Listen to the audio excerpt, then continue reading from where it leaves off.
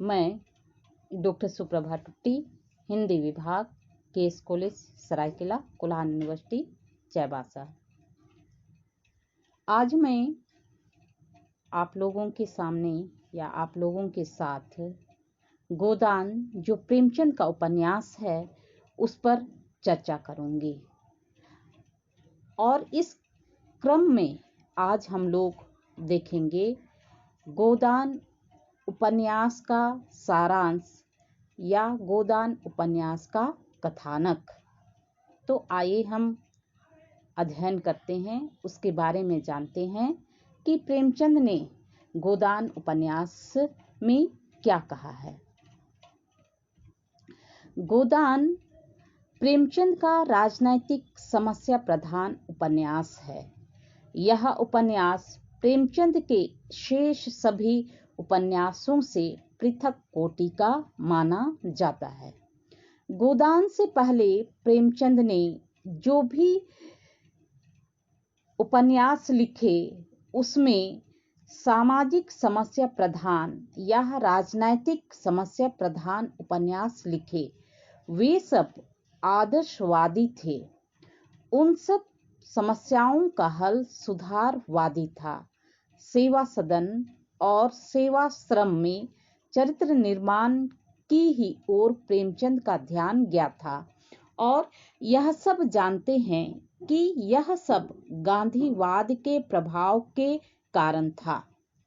गोदान में आकर वे गांधीवादी प्रभाव से मुक्त हो गए थे। सच तो यह है कि सन 1920-21 और 1930-21 में आंदोलनों की सफलता ने उन्हें यह सोचने पर विवश कर दिया था कि गांधीवाद हमारी राजनैतिक और सामाजिक विषमता का कोई अस्थायी हल नहीं दे सकता। इसलिए गोदान में उन्होंने परिस्थिति का यथातथ्य चित्रण करके छोड़ दिया है। भारतीय किसान समाज और धर्म की झूठी रूढ़ियों से किस प्रकार जकड़ा हुआ है और अपने अंधविश्वासों के कारण किस प्रकार वह किसान से मजदूर होता हुआ भूखा प्यासा दम तोड़ देता है, यही गोदान का प्रतिपाद्य मूल विषय है। गोदान प्रेमचंद का अंतिम और सबसे अधिक प्रसिद्ध उपन्यास है। यह सन 1936 में ईस्वी में प्रकाशित हुआ। हिंदी उपन्यासों में गोदान कृषक जीवन का महाकाव्य भी माना जाता है। गोदान ग्राम्य जीवन और कृषि संस्कृति का महाकाव्य है। इसमें प्रगतिवाद, गांधीवाद और मार्क्सवाद का पूर्ण परिप्रेक्ष्य में चित्रण हुआ है। गोदान हिंदी के उपन्यास साहित्य के विकास का उज्ज्वलतम प्रकाश स्तंभ भी माना गया है।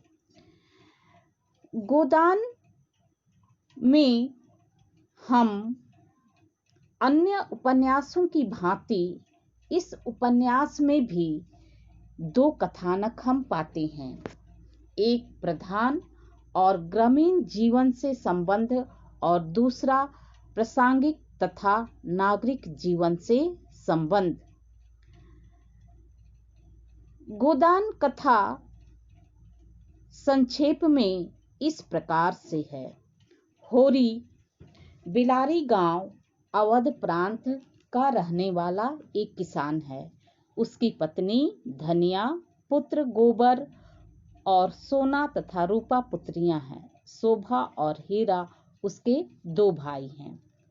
होरी अपने कठिन परिश्रम द्वारा जीविकोपार्जन करता है और परिवार की प्रतिष्ठा बनाए रखता है। भाइयों में बंटवारा हो जाने के पश्चात आर्थिक स्थिति उसकी विषम हो जाती है। ऐसी स्थिति में होरी सिमरी गांव में रहने वाले राय साहब अमरपाल सिंह जो जमींदार हैं, को प्रायः सलाम करने चला जाता है और अपनी व्यवहारिक कृषक बुद्धि का परिचय देता है। एक बार जमींदार के यहाँ जाते समय भोला की गाय को देखकर उसके हृदय में भी गाय पालने की लालसा या गाय रखने की लालसा उत्पन्न होती है। अपनी मान मर्यादा के लिए उसे गाय रखना आवश्यक प्रतीत होता है। वह भोला को उसका दूसरा विवाह करा देने और मुफ्त भूसा देने का लोभ दिखाता है। गोबर के साथ गोबर, जो होरी का बेटा है, उसको साथ लेकर वह भोला के घर भूसा भी डाल आता है। इसी अवसर पर गोबर तथा भोला की विधवा लड़की झुनिया एक दूसरे पर मुग्ध हो जाते हैं। शाम को गोबर गाय लेकर पहुंचा तो होरी ने अपने आंगन में बांध दी। इससे कुछ समय पूर्व होरी ने जब सांझे के बांस बेचने चाहे तो उसके भाई हीरा की पत्नी पुनिया ने विरोध किया था। इसलिए जब गांव के सभी आदमी या सभी लोग गाय देखने आए तो हीरा और पुनिया नहीं आए। एक दिन अवसर पाकर हीरा गाय को जहर दे देता है और घर से भाग जाता है। होरी की पत्नी धनिया इस बात पर तूफान मचा देती है। गांव के चौकीदार की सूचना के आधार पर पुलिस का थानेदार आकर जब हीरा के घर की तलाशी लेता है तो होरी कुल की प्रतिष्ठा बनाए रखने की दृष्टि से इस बात का विरोध करता है। होरी कर्ज लेकर थानेदार को रिश्वत तक देने को प्रस्तुत हो जाता है, किंतु धनिया अपना उग्र रूप प्रकट कर होरी को कर्ज लेने और रिश्वत देने से बचाती है। थानेदार चुपचाप वहां से लौट जाता है। होरी सब प्रकार के कष्ट सहन करते हुए भी अपनी सज्जनता, सरलता और हृदय की विशालता नहीं छोड़ता। यहाँ तक कि गोबर और झुनिया के गुप्त प्रेम व्यवहार के कारण वह गांव वालों से लांछन भी सहता है। होरी की हालात दिन ब दिन खराब होती जाती है। जब खलिहानों में अनाज तैयार हुआ तो उससे प्रसन्नता हुई, लेकिन झुनिया को लेकर जब पंचायत ने उस पर 100 रुपये नगद और 30 मन अनाज का जुर्माना किया तो उसकी आर्थिक दशा और भी बिगड़ गई। इतने पर भी उसने और उसकी पत्नी धनिया ने मिजाज की तेज होते हुए भी झुनिया के प्रति अपना मनोचित कर्तव्य न छोड़ा। उसी दिन रात को झुनिया को लड़का हुआ और होरी ने लाचार होकर कुछ अनाज और 80 रुपये पर अपना घर झिंगुरी सिंह के हाथ में गिरवी रखकर बिरादरी का जुर्माना अदा किया। गोबर घर छोड़कर लखनऊ शहर में मजदूरी करने चला जाता है। होरी महाजनों के शिकंजे में पूरी तरह से फंस चुका है, अर्थात एक के बाद वह कर्ज में फंसता चला गया। ऐसी दुर्दशा में वह अपने भाई की पत्नी पुनिया की भी सहायता करता रहता है। भोला भी उससे अपने रुपयों के लिए बार बार तकाजा करता रहता है और एक दिन कुछ गांव वालों के मना करने पर भी उसके बैल खोल कर ले जाता है। विवश होकर होरी दातादीन के साझे में आधी बटाई पर काम करता है। जब ईख काटी जा रही थी तो झिंगुरी सिंह और गोरखे राम उसकी सारी कमाई ले लेते हैं। वह खेतीहर से फिर मजदूर हो जाता है। वह दाता दीन का नौकर हो जाता है और साथ में धनिया, सोना और रूपा भी मजदूरी करती है और इस प्रकार सारा घर आर्थिक विषमता के कारण पिस गया। एक दिन काम करते करते होरी को लू लग जाती है और वह बीमार पड़ जाता है। उधर गोबर अचानक गांव में आ पहुंचता है। वह गांव में अपना खूब रौब जमाता है और भोला के यहाँ से अपने बैलों की जोड़ी को वापस ले आता है। वह चाहता था कि होरी जो उसका पिता है अपनी सिधाई छोड़ दे, जिसके लिए होरी तैयार नहीं था। वह अपना स्वभाव कैसे छोड़ सकता है। अंत में गोबर झुनिया और बच्चे को लेकर फिर लखनऊ वापस चला जाता है। वह बात करने में तेज था, परंतु घर की स्थिति संभालने में असमर्थ था। होरी महाजनों की चंगुल में अब पूर्णतः फंस चुका था। दुलारी सहुआइन और मोहरी से उधार लेकर सोना का विवाह मथुरा के एक किसान के बेटे से किया। साथ ही गांव की सीलिया चमाइन को भी घर में आश्रय देता है, लेकिन अब वह ऋण के बोझ से दबा जा रहा था। जीवन के संघर्ष में वह चूर चूर हो जाता है। इसी बीच फिर गोबर घर वापस आ जाता है और अब की बार पिता के प्रति सहानुभूति पूर्ण हृदय लेकर के आता है। होरी मजदूरी कर उदर पूर्ति करता है, अर्थात अपनी भूख मिटाता है। उसका भाई होरी और शोभा भी लौट आते हैं।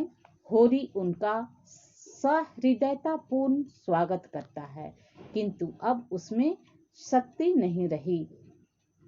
पुत्र भाई आदि सब उसके हृदय की विशालता से द्रवीभूत हो चुके थे, अर्थात महाजनों के चंगुल में फंस जाने के बावजूद और अपने भाइयों से नफरत पाने के बावजूद वह सब कुछ सहते हुए अपने भाइयों की गलती को वह नजरअंदाज करता है।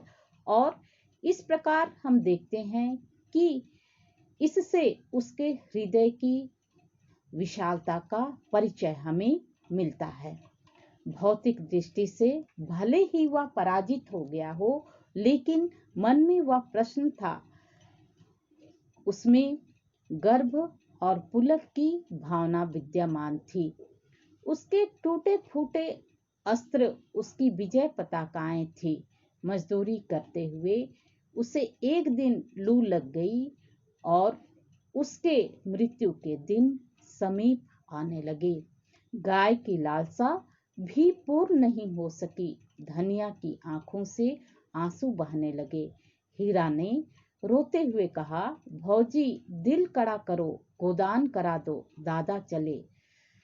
तब धनिया उस दिन सुतली बेचकर 20 आने लाई थी। पति के ठंडे हाथ में रखकर सामने खड़े दातादीन से बोली, महाराज घर में ना गाय है, ना बछिया, ना पैसा, यह पैसे हैं, यही इनका गोदान है। इसके साथ ही साथ हम देखते हैं कि एक प्रासंगिक कथा भी साथ साथ चल रही है। यह प्रासंगिक कथा इस प्रकार से है। नगर से संबंधित प्रासंगिक कथा के राय साहब अमरपाल सिंह, बिजली पत्र के संपादक पंडित ओमकार नाथ, बीमा कंपनी के दलाल मिस्टर तनखा, प्रोफेसर मेहता, लेडी डॉक्टर मालती, मिल मालिक खन्ना, उसकी पत्नी गोविंदी, मिर्जा जी आदि प्रमुख पात्र हैं। रामलीला में धनुष यज्ञ के अवसर पर सभी एक दूसरे से परिचित हो जाते हैं और अपने अपने सामाजिक एवं राजनीतिक विचार प्रकट करते हैं। सभी अपने अपने वर्ग के अनुसार विचार रखते हैं। मिर्जा जी के कारण इस मित्र मंडली का काफी मनोरंजन होता रहता है। अभिनय, शिकार, कबड्डी आदि से इन लोगों का मन बहलाव के भी साधन मिल जाते हैं। यद्यपि दोनों के विचारों में बहुत समानता नहीं है, मालती बाहर से तितली, भीतर से मधुमक्खी है। प्रारंभ में मेहता अपने भावुकतापूर्ण आदर्श के कारण उसे ठीक ठीक से नहीं समझ पाते। खन्ना रसिक व्यक्ति हैं। अपनी पत्नी गोविंदी से उनकी नहीं पटती और वे रुपये के बल पर मालती के हृदय पर विजय प्राप्त करने में वे सचेष्ट रहते हैं, किंतु इस कार्य में भी उन्हें सफलता नहीं मिलती। वे पूरे व्यवसायी और पूंजीपति हैं। स्वार्थ साधना उनके जीवन का लक्ष्य है। मजदूरों की हड़ताल का सामना करने के बाद जब उनकी मिल जल जाती है तो तब उनका हृदय परिवर्तित हो जाता है और वे अपने पिछले जीवन पर क्षोभ प्रकट करते हैं। उधर मेहता और मालती धीरे धीरे एक दूसरे के और निकट आ जाते हैं। वे विवाह द्वारा अपने व्यक्तित्व को संकीर्ण परिधि में न बांधकर मित्र भावना से साथ साथ रहकर समस्त विश्व को अपना परिवार मानकर दीन जनों और पीड़ितों की सेवा में रत हो जाते हैं। इस प्रकार हम देखते हैं कि गोदान उपन्यास का अंत अत्यंत हृदय द्रवक है। इसमें प्रेमचंद के जीवन का संचित अनुभव और उनकी कला का निखरा हुआ रूप मिलता है। उन्होंने चारों ओर के जीर्ण शीर्ण एवं विशृंखल होते हुए समाज का सजीव चित्रण प्रस्तुत किया है। कानून बदलने या थोड़े से सुधारवादी कार्यों द्वारा इस समाज का त्राण नहीं हो सकता, अर्थात इस समाज को बदला नहीं जा सकता। उसमें आमूल परिवर्तन की अति आवश्यकता है। होरी भी बहुत कुछ इसी समाज की उपज थी, किंतु सामंतों, पूंजीपतियों, धर्म के ठेकेदारों आदि से वह कहीं महान है, क्योंकि इस समाज में इह लोक और परलोक सभी पैसे वालों का है। इसलिए होरी संघर्ष की चक्की में पिस जाता है। वह समाज को चुनौती देकर संसार से चला जाता है। उसकी चुनौती जीवन के प्रत्येक क्षेत्र के पीड़ित एवं दलित व्यक्ति की चुनौती है। प्रेमचंद जी ने इस उपन्यास में जनवाद और सेवा मार्ग की स्थापना भी की है। उन्होंने समकालीन भारतीय जीवन का गोदान में सुंदर एवं विशद चित्रण किया है।